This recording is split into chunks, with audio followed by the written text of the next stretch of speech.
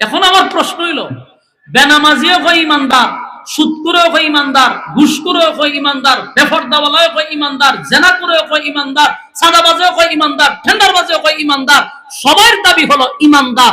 আসলে কি সবাই ইমানদার? এই জন্য শুরুতেই বলছি, দাবির বেলায় সবাই ইমানদার, কিন্তু কাজের বেলায় আমাদের ইমানদার হতে হবে। আল্লাহ যে দুইটা শর্ত দিয়েছে, আমরা কত সহজ লাগছে যে আমরা এখন জান্নাতে গেছি, নিজের ইমানদার দাবি করছি আর নেক আমল করছি বা জান্নাতে গেছি। এতটা সোজা কথা হয় না, এত সোজা তো না। এখন ঈমান কার মতো আনতে হবে, এটা হলো আমাদের মেইন জানার উদ্দেশ্য। আল্লাহ কোরআনে বলছেন, আমিনু কামা আমানান নাস, ঈমান আনো ওই মানুষদের মতো যারা অতীতে ঈমানের পরীক্ষায় উত্তীর্ণ হয়েছে। কানাত লাহুম জান্নাতুল ফিরদাউসি নুজুলা, রব্বে কারীম বলেন, আমি তোমাদেরকে জান্নাতুল ফিরদাউস বলতে 8টা জান্নাতের মধ্যে সবচেয়ে ভিআইপি যে জান্নাত, সেই জান্নাতের মেহমান বানাবো। আপনাদের আওয়াজে বোঝা যায় বেশি একটা খুশি হন নাই। হ্যাঁ, যদি এখন বলতো নেতারা আপনাদেরকে 1000 করে দিব, কেমন খুশিটা হইতেন? এই খুশি তো হন নাই এখনো। জান্নাতুল ফিরদাউসের মেহমান বানাবে, খুশি তো তারাই হবে যারা জান্নাতের আশা করে। তো আল্লাহ বলেন, আমি জান্নাতের মেহমান বানাবো, মেহমান হবো আমরা আর আল্লাহ হবেন মেজবান। কত বড় সৌভাগ্য। তবে এমনি না, শর্ত আছে, শর্ত আছে। বিনা শর্তে এই নিয়ামত আমাদেরকে দিবে না। দুনিয়া আল্লাহ বিনা শর্তে দেয়, দুনিয়া আল্লাহ বিনা শর্তে দেয়। আস্তিকরেও দুনিয়া দেয়, নাস্তিকরেও দুনিয়া দেয়। দুনিয়ার জন্য কোনো শর্ত নাই, কোনো শর্ত দুনিয়ার জন্য নাই। আল্লাহ যারে মনে চায় তারই দেয়। আল্লাহ মানলেও দুনিয়া দেয়, আল্লাহ না মানলেও দুনিয়া দেয়। কিন্তু পরকাল শর্ত ছাড়া আল্লাহ দেয় না। বলুন, পরকাল কি এমনি দিবে না? অবশ্যই শর্ত আছে, অবশ্যই শর্ত আছে। তো শর্তটা কি? আল্লাহ বলেন, ইন্নাল্লাযীনা আমানু, 1 নম্বর শর্ত, ওয়া আমিলুস সালিহাত, 2 নম্বর শর্ত। 1 নম্বর শর্তটা হলো ঈমান। বলুন, 1 নম্বর শর্ত কি? 2 নম্বর শর্ত হলো নেক আমল। প্রথম নম্বর শর্ত ঈমান, 2 নম্বর শর্ত নেক আমল। এতটুক শোনার পরে আপনারা অনেকেই মনে মনে অনেক স্বপ্ন দেখতেছেন যে অলরেডি আমরা ঈমানও আনছি, নেক আমলও করছি, তাহলে এখন শুধু জান্নাত পাওয়ার আশায়। ঠিক না? আমাদের সকলের এখানে যারা বসা সবাই ঈমানদার না বেঈমান? ঈমানদার। তাহলে আমরা এক শর্ত মানছি, আমাদের দাবি আমরা ঈমানদার। 2 নম্বর হলো আমরা নেক আমল করি। তাহলে আল্লাহ শর্ত দিছে 2টা, ঈমান, নেক আমল, এর বিনিময়ে জান্নাতুল ফিরদাউস। তাহলে মনে মনে সবাই আমরা এখন শুধু জান্নাতে ঢোকার বাকি, কারণ শর্ত তো সবাই মেনে নিছি। ঠিক না? আমি একটা কথা বলছি, দাবির বেলায় আমরা ঈমানদার। আমি ঈমানদার বলি, বলার আগে কি বলছি? দাবির বেলায়। এখানে আমরা যারা বসছি, মাইকের আওয়াজ যতটুকু দূরে যাচ্ছে, সবার একটাই দাবি, আমরা ঈমানদার। দাবি আমাদের ঈমানদার। আরেকটা হলো নেক আমল। তো শুনতে বুঝতে এতটা সহজ যে এখন খালি ঢুকে যাব, বিষয়টা এত সোজা না। ঈমানটা যতটুকু সহজ মনে করছি, বিষয়টা এমন না। দাবির বেলায় আমরা ঈমানদার, কিন্তু কাজের বেলায় কয়জনের ঈমান আছে? যদি থার্মোমিটার থাকতো তাহলে বোঝা যাইতো। আমার কথা আপনারা বুঝেন? আপনারা সোনারগাঁয়ের, আমার বাড়ি হলো তিল্লাপাড়া, বাসায় এক।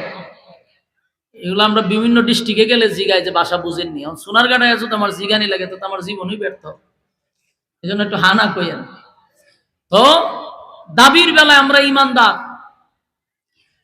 আমরা সোনারঘাট মাতব্বরের কেউ জ্বর উঠলে পড়ে যদি ফার্মেসিতে নেয়, প্রথম যে মাফে যে মেশিনটা দিয়ে, এটার নাম কি?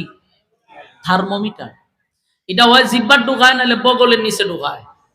ঢুকাই আর পরে হত্যান করে বাইর করে আপনার বইলা দেয় যে আপনার জ্বরের পয়েন্ট কত, 102, 103 বইলা দেয়। তো আমরা যারা ঈমানদার নিজের দাবি করি, আল্লাহ যদি থার্মোমিটার দিত ঈমান মাফা, মাগগমা মাগগমা, কি যে দড়াটা খাইলাম হইলে আমরা। ঠিক না বে ঠিক? বক্তায় ধরা খাইতাম, শ্রোতায় ধরা খাইতো, ফিরেও ধরা খাইতো, মুরিদও ধরা খাইতো, নেতাও ধরা খাইতো, নেতার কর্মীরাও ধরা খাইতো। মনে করেন আমি আইসি এখানে, তো আসার পরে আমার কমিটি হয়তো হুজুর ঘরের ভিতরে আসেন, নিল ঘরের ভিতরে, বলে হুজুর কষ্ট হয় না, বগরতুলিটা একটু আলগি দেন। তো দিলাম হইলে আলগি, তো দিল থার্মোমিটার ঢুকাইয়া হয়তো হুজুর কিছুক্ষণ সময় ধৈর্য ধরে হারিয়ে থাকেন, হারিয়ে থাকতাম। টান্দা বাইর করে দেখতো যে হুজুর আপনার তো ইমান জিরো, অনানো ওয়াজটা কেমনে করবেন, মান সম্মান লইয়া জানগা। আমি আমার গাড়ি উস্কা লইয়া তাড়াতাড়ি দূর। ঠিক না বে ঠিক? ফির সাহেব আইসে মুরিদ করতো, বলে হুজুর মুরিদ আমরা সবাই ওমো, আগে বগলের নিচে আলগি দেন, থার্মোমিটার ঢুকাই আপনার ইমান পরীক্ষা করে লো। ইমান পরীক্ষা করে গিয়া দেহে ইমান জিরো। ফিরের কাছে আর কেউ মুরিদ দিব? নেতা সবার কাছে কইতেছে আমার চরিত্র ফুলের চেয়েও পবিত্র, ফুলের মধ্যেও দাগ আছে কিন্তু আমার মধ্যে কোনো দাগ নাই। কি চরিত্রবান নেতা আইছি আমরা। তখন নেতারে কইতে আজকে তুলছেন, আতলা মায়ের না, বাস বগরতুলি ঢুকাই দিছে থার্মোমিটার। কতক্ষণ পরে ঠান্ডা বাইর করে দেখতো লাল বাতি জ্বলে। কি বাতি? এইরকম নেতার কাছে তো আমরা বিক্রি হইলে চলবে না।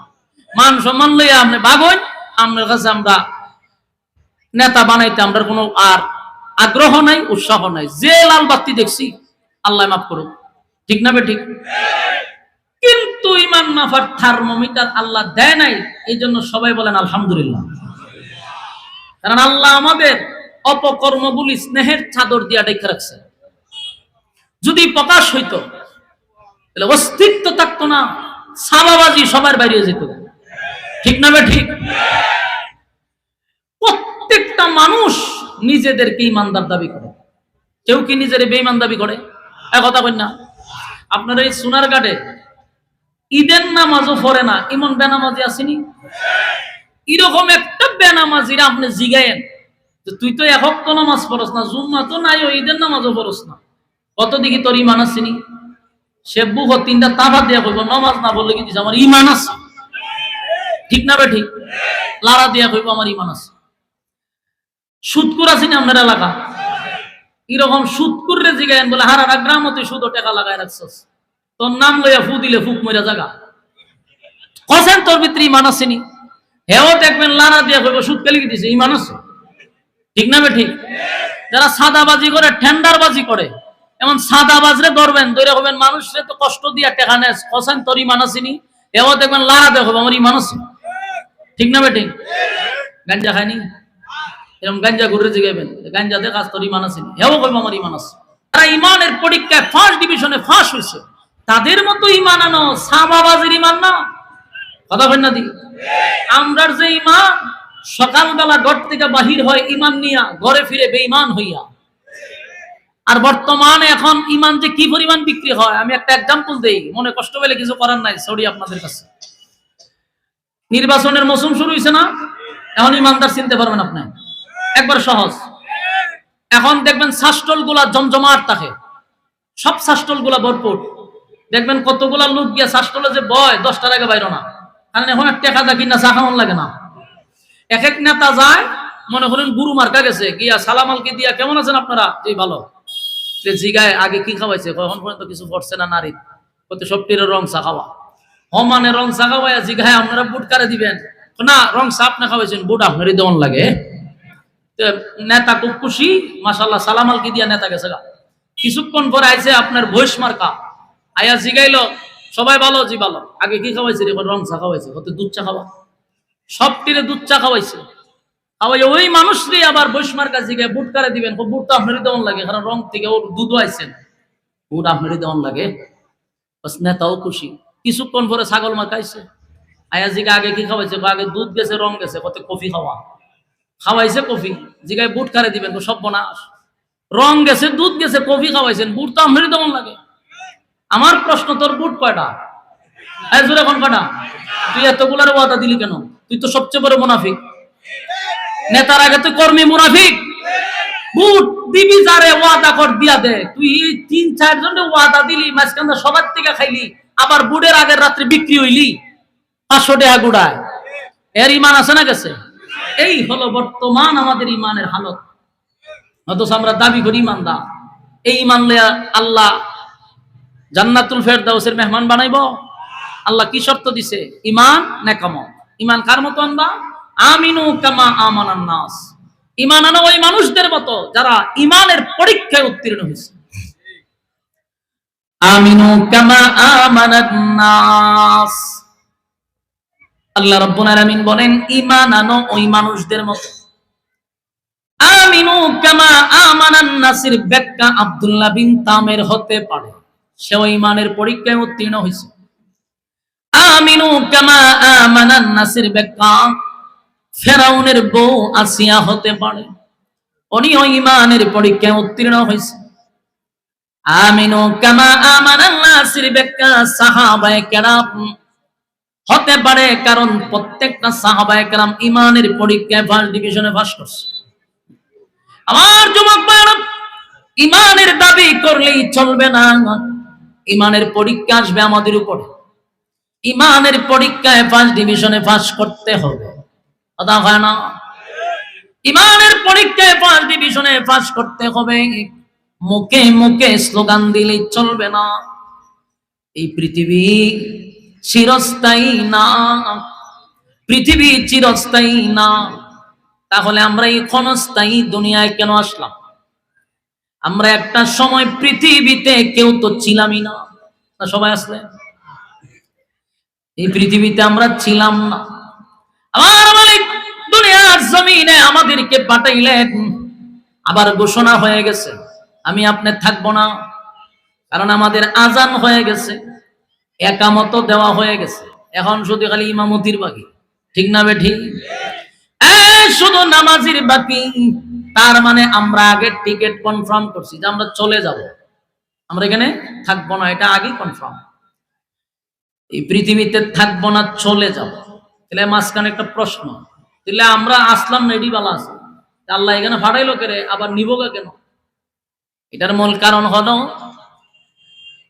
পৃথিবী চিরস্থায়ী না ক্ষণস্থায়ী? ক্ষণস্থায়ী দুনিয়ায় পাঠাইছে, এটার একটা কারণ আছে। আল্লাহ কি বিনা উদ্দেশ্যে পাঠাইছে? আপনারা কি মনে হয় এমনি এমনি পাঠাইছে? খাইবার লিগিয়া, ঘুমাইবার লিগিয়া? ও কথা কনা। আফাহাসিবতুম আন্নামা খালাকনাকুম আবাসাও ওয়া আন্নাকুম ইলাইনা লা তুরজাউন। আল্লাহ রাব্বুল আলামিন বলেন অনর্থক দুনিয়ার জমিনে আমি পাঠাই নাই, অনর্থক পাঠাই নাই। আল্লাহর উদ্দেশ্য আছে না নাই? উদ্দেশ্যটা কি আল্লাহ বলে দিয়েছে, ওমা খালাকাতুল জিন্না ওয়াল ইনসা ইল্লা লিয়াবুদুন। মানব আর দানব এই দুইটা জাতির আমি দুনিয়ার জমিনে পাঠাইছি শুধুমাত্র কেবলমাত্র গোলামি চলবে কার? আরো জোরে মালিকের গোলামি করার জন্য মালিক দুনিয়ার জমিনে পাঠাইলেন, এখানে আমরা গোলামি করব। আল্লাহ কয় এই অল্প সময় আমি পাঠাইলাম শুধু একটা পরীক্ষা দেওয়ার জন্য। যারা পরীক্ষায় পাস করবে ওয়াদা দিছি কানাত লাহুম জান্নাতুল ফিরদাউসি নুজুলা। আমি ওয়াদা দিলাম আমি তোমাদেরকে জান্নাতুল ফিরদাউসের মেহমান বানাবো, তবে তোমরা শর্ত পালন করো। বিনা শর্তে আমি কাউরে জান্নাত দিব না। দুনিয়া আমি বিনা শর্তে দিব রে, কিন্তু জান্নাত আমি বিনা শর্তে দিব না। এক নম্বর শর্ত হলো ঈমান, দুই নম্বর হলো নেক আমল। আর ঈমান যে আমরা দাবি করি এই ঈমানদার না। ঈমানের পরীক্ষা আসবে, ঈমানের পরীক্ষা আসবে। আমিনু কামা আমানান নাস, ওই মানুষদের মতো ঈমান আনো। আব্দুল্লাহ বিন তামের ঈমানের পরীক্ষায় ফাঁস হয়েছে। ফেরাউনের ঘরে সংসার করে আসিয়া ঈমানের পরীক্ষায় ফাঁস করছে। সুবহানাল্লাহ। আসিয়া যদি ঈমানের পরীক্ষায় পাস করতে পারে, তাও ফেরাউনের ঘরে থেকে। ফেরাউন মানুষকে প্যারাক মারত। ফেরাউন কি করত? প্যারাক মারত, হাতে পায়ে প্যারাক মারত। ফেরাউনকে যারা খোদা মানত না তাদেরকে প্যারাক মারত। ফেরাউনের দাসী যখন তারে খোদা মানলো না, দাসীরে পেরাক মারছে, গরম তেলের মধ্যে সন্তান সহ পোড়ায়া দিছে। গর্বের সহিত আসিয়ার কাছে বক্তব্য দেয়, আসিয়া দাসীরে আমি হত্যা করছি। আসিয়া জিগায়, কেন হত্যা করলি? হয় আমারে খোদা মানে না। আসিয়া স্পষ্ট বক্তব্য দিছে ফেরাউনের সামনে দাঁড়ায়, খোদা না মানার কারণে দাসীরে তুই হত্যা করলি, আমি তোর বউ আসিয়া তোরে খোদা মানি না। ফেরাউনের সামনে দাঁড়ায় সবচেয়ে পাওয়ারফুল, তখন সে জালেম, গোটা রাজ্যের সে রাজত্ব চালায়, এমন পাওয়ারফুল নেতার সামনে দাঁড়ায় হয় তোরে খোদা মানি না। ফেরাউনের সান্দি গরম হয়ে গেছে, আমি হইলাম খোদা, আমার বউ হইল খুদি। খুদার বউ কি? খুদি। খুদার বউ যদি খুদিয়ে খোদা না মানে রে, ইজ্জত কি তাকে? দৌড়াইয়া হামাইনার কাছে গেছে। হামান হইল এর বন্ধু, এর সামসা। দুনিয়াতে যত নেতা আছে, নেতারাই এত খারাপ না যতটা বদমাশ হয় সাথের সামসাগুলি। সত্যি নেতার লগে যেটি তাকে এটি সামসাটি সবচেয়ে বদমাশ হয়, সবচেয়ে খারাপ হয়। নেতা এতটা খারাপ না, এই সামসাদের কথা শুনা শুনা এই জুলুম গুলা করে। ফেরাউনের লগে একটা আসিন, এটার নাম হলো হামাইনা। হামাইনার কাছে সব পরামর্শ করতো, গিয়া কয়, দোস্ত আমি হইলাম খুদা, আমার বউ হইল খুদি, খুদি তো আমার খুদা মানে না। হামাইনায় বুদ্ধি দিছে, সব বনাস দোস্ত, এটা মারাত্মক অন্যায়। খুদার বউ যখন খুদিয়ে মানে না, তাহলে খুদিরে শাস্তি দিতে। হামাইনার কাছ থেকে বুদ্ধি নিছে, শাস্তি কি হইতে পারে? আসিয়ারে মানুষের সামনে উলঙ্গ করে দাও, নাউজুবিল্লাহ। দেখছেন নি কি বুদ্ধিটা দিছে? ফেরাউন না বুদ্ধি বালা, এটা বলে বালা বুদ্ধি, ও বুদ্ধি বালা। ইয়া আসিয়ারে গ্রেফতার করছে, হাজার হাজার মানুষের সামনে আসিয়ারে উলঙ্গ করছে। আসিয়া চিৎকার দিয়া বলে, মালিক,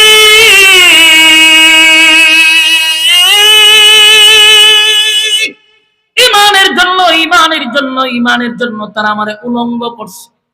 আমার সবচেয়ে বড় নিয়ামত আমার কাছ থেকে কেড়ে নিছে। হাজার হাজার মানুষের সঙ্গে আমারে উলঙ্গ করে দিল গো। আসিয়ার চোখ দিয়া পানি পড়ে।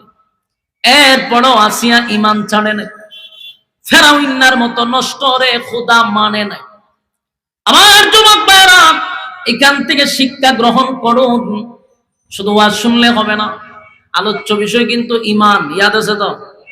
এই ইমানের উপরে আলোচনা, কথাগুলি মনোযোগ দিয়া শুনবেন। বর্তমানে প্রেক্ষাপটে এই আলোচনাগুলা বেশি বেশি বেশি করা দরকার, কারণ আমাদের সমাজের মানুষের ইমানের মধ্যে লাল বাতি জ্বলে রয়েছে।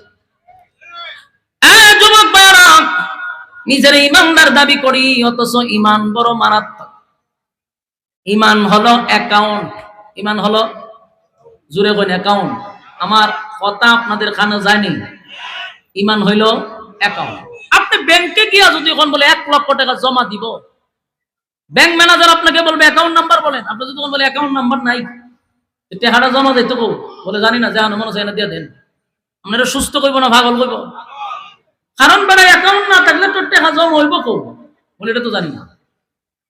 ঠিক তেমনি ভাবে আপনার ইমান হলো অ্যাকাউন্ট। ইমান যদি থাকে, তাহলে ওয়াজে বসছেন, যতগুলো আয়াত শুনতেছেন, প্রতিটা হরফে 10টা করে নেকি অ্যাকাউন্টে জমা হবে। অনানের ইমানই নাই, তাহলে এই নেকি যাইব কো? অ্যাকাউন্ট নাই তো। আগে আপনার ইমানের পরে নামাজ, রোজা, হজ, যাকাত, যত ইবাদত বন্দেগী আছে, এটা তো ইমান তাহার পরে এমনি। ইমানই নাই, বাকি যা করবেন এটা যাওয়ার জায়গা নাই। কথা কি বুঝতে পারছেন? এই জন্য আমাদের প্রত্যেকের ভিতরে এই বিষয়টা রাখতে হবে যে ইমান হলো সবচেয়ে বড় সম্পদ। ইমান হলো সবচেয়ে বড় সম্পদ। আসিয়ারে উলঙ্গ করলো, আসিয়া ইমান দেয় নাই। ফেরাউন না গেছে আমার বন্ধুর কাছে, গিয়ে বন্ধু, তোর প্ল্যান অনুযায়ী মানুষের সামনে আমার স্ত্রীকে উলঙ্গ করলাম, ইমান তো সারে না, আমার খোদা এখনো ডাকে না। হয়তো এক কাজ কর, ফেরাক মাইরা দে। আসিয়ারে ফেরাক মারো, হাতে পায়ে ফেরাক মারছে। একটা জীবন্ত মানুষের হাতে পায়ে যদি প্যারাক মারে, এর যন্ত্রণা যার হাতে মারা হয়েছে সে বুঝবে, ঠিক না বেঠি? প্রচন্ড রুদ্রের মধ্যে প্যারাক মাইরা আসিয়ারে উলঙ্গ অবস্থায় শোয়া রাখছে। এরপর কিন্তু ইমান চারে নাই ফেরাউনের খোদা মানে না। ফেরাউন আবার গেছে দুস্থ খাম হইতেছে না, কয়েক কাজ কর, আসিয়ার শরীরে সব চামড়া টেনে তুলে ফেলাই দেয়। নাউজুবিল্লাহ। ফেরাউন কত বড় জালেম, নিজের স্ত্রীর শরীর চামড়া গুলি টেনে টেনে তোলা হচ্ছে। একটা জীবন্ত মানুষের শরীর থেকে চামড়া তুলে ফেলাটা বুঝতেছেন? আসিয়া এত নির্যাতনের মধ্যেও ইমান ছাড়ে নাই। ফেরাউন হয় দুস্থ রে, এখনো ছাড়ে না। আসিয়া একটা চিৎকার দিয়া বলে, মালিক আমি আর বরদাস্ত করতে পারি না, আর সহ্য হয় না, আপনার পাশে আমারে একটা ঘর বানায়া দেন। আল্লাহ আপনার পাশে আমার একটা ঘর বানায়া দেন, আমারে নিয়ে যান। ফেরাউন একটা বড় পাথর লইয়া আসছে আসিয়ারে মারার জন্য। কাছে আইসা দেখে আসিয়া আসমানের দিকে তাকায়া মুস্কি মুস্কি হাসে। সুবহানাল্লাহ। আমার যুবক ভাইরা, এতটা নির্যাতনের মধ্যে যখন কোন মানুষ মুস্কি মুস্কি হাসে, এটা কি স্বাভাবিক না অস্বাভাবিক?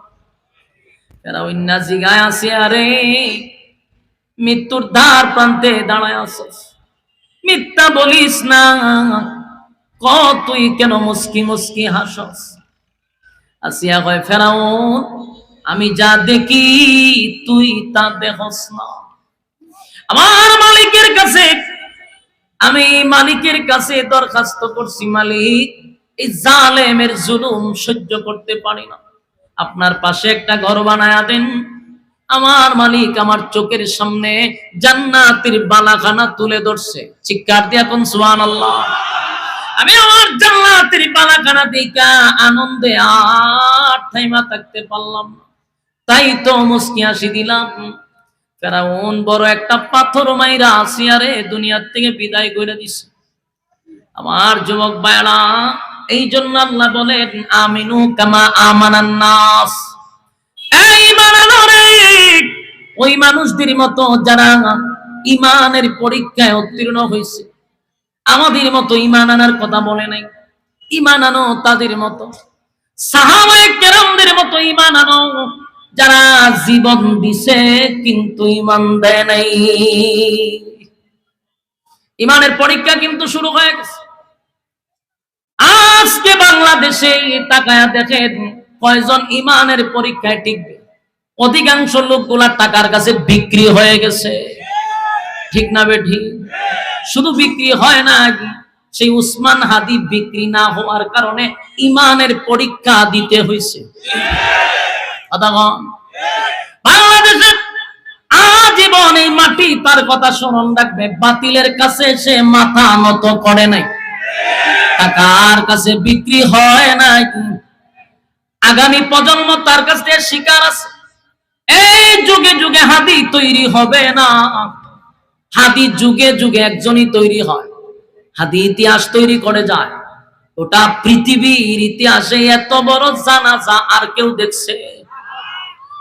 আর কেউ দেখে না। এত বড় জানাজা আর কেউ দেখে না। এত মানুষ, লক্ষ লক্ষ মানুষ চোখের পানি ফালাইছে।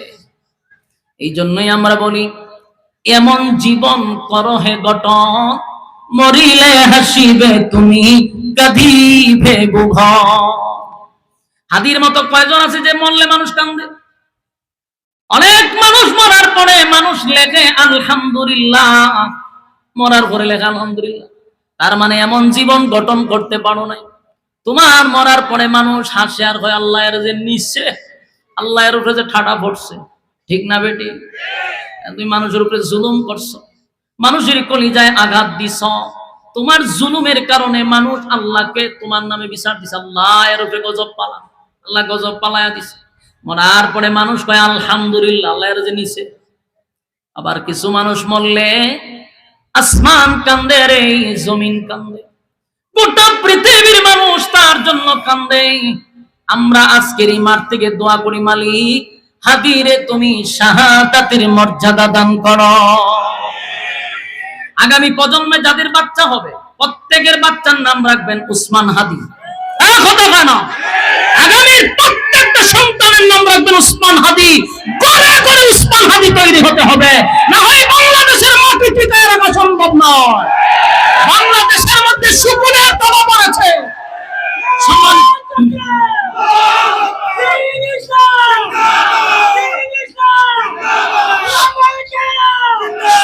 সম্মানিত সুধী, আমার আগে বাংলাদেশ, ঠিক না? যেমন আপনাদের তারেক রহমান একটা কথা সব সময় বলে যে আমার আগে হলো বাংলাদেশ। তো এই স্লোগানে চলবে না, কাজে কর্মে দেখায়া দিতে হবে।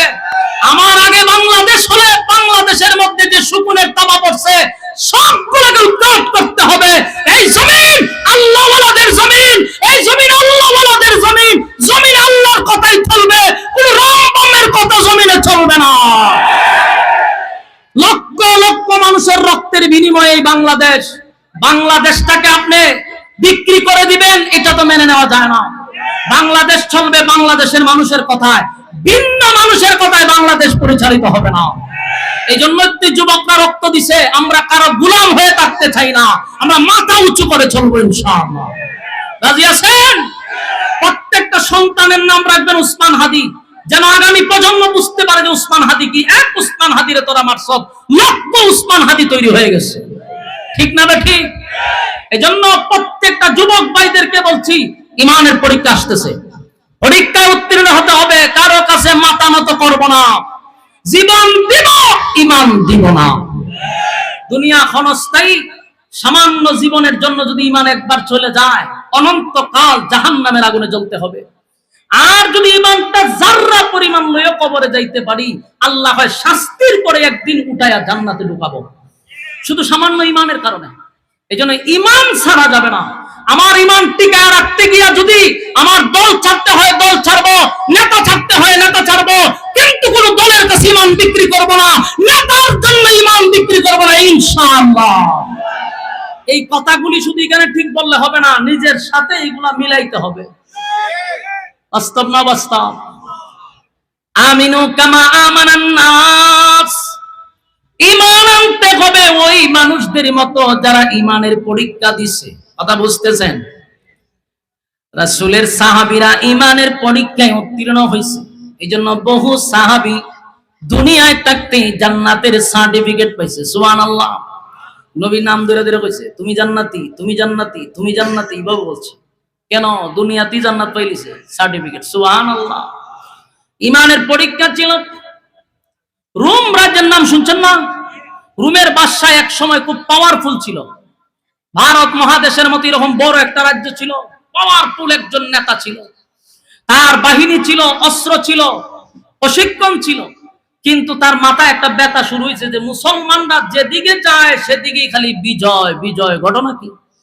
তাদের অস্ত্র নাই, তাদের প্রশিক্ষণ নাই, কিন্তু তারা যেদিকে যায় সেদিকে বিজয়ের পতাকা উঠে। এটা নিয়ে আসে মাথা প্রচন্ড ব্যথা শুরু হয়েছে। ঘটনাটা কি? যখন হযরত আবু বকর চলে গেল, হযরত উমরের শাসন আমলে যেদিকে যায় খালি বিজয় আর বিজয়। সেই রোমের বাদশা চিন্তা করলে এখন কি করা যায়। গবেষণা করতে করতে বাইর করছে যে তাদের অস্ত্র না থাকতে পারে, তাদের প্রশিক্ষণ না থাকতে পারে, কিন্তু তাদের কাছে একটা পাওয়ার আছে, এটা হলো ঈমান। সুবহানাল্লাহ। ওই রোমের বাদশা গবেষণা করে বাইর করছে যে ঈমানের পাওয়ারে তারা গোটা পৃথিবী বিজয় করবে। আজকে গোটা পৃথিবীতে 200 কোটির উপরে মুসলমান। সব জায়গায় আমরা মার খাইতেছি, সব জায়গায় লাঞ্ছিত হইতেছি, অপমানিত হইতেছি। শুধুমাত্র সংখ্যায় বেশি হলে চলবে না, আমাদের ঈমান বড় দুর্বল। ঈমান দুর্বল হওয়ার কারণে আমরা মার খাই, বারবার মার খাই। 2%, 1%-এর কাছে আমরা মার খাই, ঠিক না বেঠি? রোমের বাদশা এবার তার বাহিনীকে বলল, মুসলমানদের সাথে যখন যুদ্ধ হবে, মুসলমানের একটা দলকে জীবিত অবস্থায় আমার কাছে নিয়ে আসবা, আমি দেখবো মুসলমানের ঈমানের পাওয়ারটা কত। পরীক্ষা করবে সে। ঘটনাক্রমে একটা দলকে জীবিত অবস্থায় সেই বাদশার কাছে নিয়ে আসছে। বাদশা তাদের দিকে তাকায় বলল, তোমাদের নেতাকে? একজন হাত তুললা বলে, জি আমি হইলাম এই গ্রুপের নেতা। বললো, মাশাআল্লাহ, তোমার চেহারা তো সুন্দর, খুব সুন্দর চেহারা, বডি বালা, জ্ঞান আছে, সবই আছে। এমন একটা দল গিয়ে তুমি যোগ দিছো কা? তুমি আমার দলে আসো, তোমার সাথে আমার একটা সুসম্পর্ক করতে মন চায়, কিন্তু মাঝখানে একটা বাধা হইলো, তুমি মুসলিম, আমি অমুসলিম। এই জায়গাটাতে আমার একটা বাধা। তুমি যদি খালি আমার দলে আসো তো তোমার একটা অফার দিই, রাজত্বের অর্ধেক তোমার নামে লিখে দিব, আর আমার একটা সুন্দরী রূপসী কন্যা আছে, এটারে তোমার কাছে বিয়া দিয়ে দিব। অফার দিছিনি? ওমা কথা হয় না, অফারে কাম হয়নি। অফারে আমরা বাংলাদেশে কাম হয়, বহু টুফিওয়ালা কিনন যায় অফার দিয়া। কথা কয় না দি, বহু টুফিওয়ালা রে অফার দিয়া কিনা যায়, শেয়ারের লোভে টুফিওয়ালারা পর্যন্ত বিক্রি হয়ে যায়। বাস্তব না বাস্তব? কিন্তু নবীর সাহাবীরা বিক্রি হয় নাই। নবীর সাহাবী সেখানে দাঁড়িয়ে বলল, রুমের কুত্তা, তোর রাজত্বের অর্ধেক আর তোর মেয়ের বিবাহের জন্য আমি আমার ঈমান বিক্রি করতে পারি না। তখনকার সবচেয়ে পাওয়ারফুল নেতার সামনে দাঁড়ায়া নবীর সাহাবী এমন বক্তব্য দিয়েছে, বাদশাকে কুত্তা বইলা গালি দিছে, তোর মতো কুকুরের কাছে ঈমান বিক্রি করব না। বাদশার এটা মারাত্মক লাগছে, মাইন্ডে যে সর্বনাশ, এত বড় সাহস আমার বাহিনীর সামনে। জ্ঞানী তো ঠান্ডা মাথায় কিছু বলেন, আস্তে করে সরে গেছে। কিছুক্ষণ পরে গিয়ে তার বাহিনীকে বললো, এদেরকে সবগুলারে বন্দী করে রাখো লকাবে, দেখি তার ইমানের পাওয়ার কত। কিন্তু আব্দুল্লাহ বিন হুযাফা, নবীর সাহাবী যিনি নেতা, তার লকাবে ঢুকানোর পরে বাদশা বলল, আরেকটা কাজ করো, একজন নর্তকীকে সুন্দর করে সাজায়া গুজায়া এই লকাবের ভিতরে ঢুকায়া দাও। নর্তকী বুঝিননি? বুঝিন না? ওই যে মমতাজ আসিন এরকম কি গান যে গান, ওই গান গাইতো আগে, ওই রকম নর্তকী আসিন, এটারে কেমনে কেমনে নিয়ে সংসদ ঢুকাই দিছে, এরপরে এটা গান গায়। কিরকম নর্তকীরে সাজায়া ঘুঙুর মুঙুর ফরাইয়া দিছে।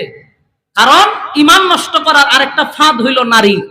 নারীর যদি ষড়যন্ত্রে কেউ ফিরে যায় তাহলে সব বনাশ হয়ে গেছে। শয়তানের চক্রান্ত দুর্বল, নারীর চক্রান্ত কঠিন। এই জন্য বাদশা এই লকাবের ভিতরে নারী ঢুকাই দিছে। এই মহিলা গিয়া নাচ শুরু করছে, নাচতে নাচতে নাচতে নাচতে মহিলা নিজে বেহুশ হয়ে পড়ে গেছে।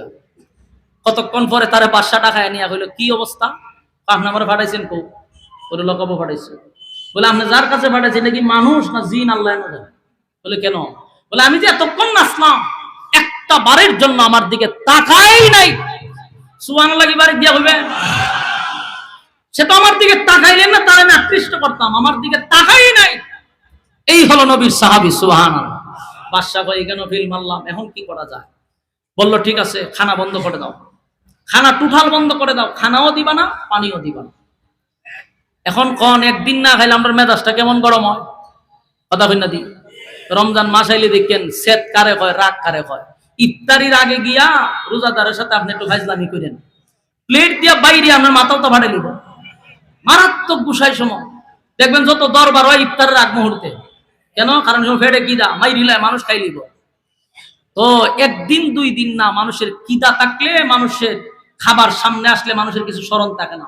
বাদশা চিন্তা করলো, এটা দ্বিতীয় নম্বর আমার চেষ্টা, খানা বন্ধ করে দিচ্ছে। আমার যুবক ভাইরা, পানি নাই, খাবার নাই, খানাও নাই, পানিও নাই। একদিন না, দুই দিন না, এক সপ্তাহ চলে গেছে। চিন্তা করেন, এক সপ্তাহ যদি আপনি না খান, কথা আসবে মুখ দিয়া? কথা কয় না, আর কথা বলতে পারবেন? একটা সপ্তাহ খানাও নাই, পানিও নাই। আব্দুল্লাহ বিন হুযাফা মাটির সঙ্গে মিশে গেছে, পেটে খাবার নাই, পেট আর পিঠ একসাথে লাগা গেছে, কঙ্কাল হয়ে গেছে, কথা বলতে পারে না। ডাক্তার রিপোর্ট দিল বাদশাকে, আজকের ভিতরে যদি খাবার না দেন রোগী মারা যাবে। বাদশা কয় সর্বনাশ, মারা গেলে চলবে না, তাড়াতাড়ি খাবার লইয়া যা। খাবার লইয়া গেছে, বলছে খাবার দেওয়ার আগে বলবি কি কি নিয়ে গেছস। তো খাবার সামনে নিয়ে বললো, এটা শুকরের মাংস, এটা মদ। এখন বলেন, প্রচন্ড কিদার মধ্যে খাওয়ান যায়নি? বাঁচার জন্য তো খাওয়ান যায়, আমরা তো ফতুয়ার অভাব নাই, কথা না দি। বলে যতটুক খাইলে বাঁচন যায়, এই পরিমাণ একটা ফতুয়া দেওয়ান যায়। কিন্তু নবীর সাহাবী তো যখন কইছে এটা মদ আর এটা হইল গিয়া শুকরের মাংস, কথা বলতে পারে না। ওনার শারীরিক দুর্বলতা আছে, কিন্তু ইমানের দুর্বলতা কমছে না বাড়ছে? আব্দুল্লাহ বিন হুযাফা বলল, খাবার নিবি না লাথি মারবো? ডাক্তার সর্বনাশ, তেজ কমছে না। বাদশারে গিয়ে, বাদশা কোনো কাম হইতো না। বলে কেন? খাবার লইয়া গেছি, যদি আপনি যাইতেন তো খাবার আপনি চান্দি তলাইতো। বলে এখন কি তেজ কমছে না? বলে না, আমার মারাত্মক। কত দূরে লইয়া সবগুলারে লকাপ থেকে বাইর করছে নবীর সাহাবীদেরকে, পেটে খাবার নাই। আব্দুল্লাহ বিন হুযাফা দাঁড়াইতেই পারে না, দুইজন মানুষের কাঁধে বর করে আব্দুল্লাহ বিন হুযাফাকে বাদশার সামনে দাঁড় করাইছে। বাদশার সামনে দাঁড় করাইয়া বাদশা তাকায়া দেখে কঙ্কাল হয়ে গেছে, পেটে খাবার নাই রে, কথাও বলতে পারে না।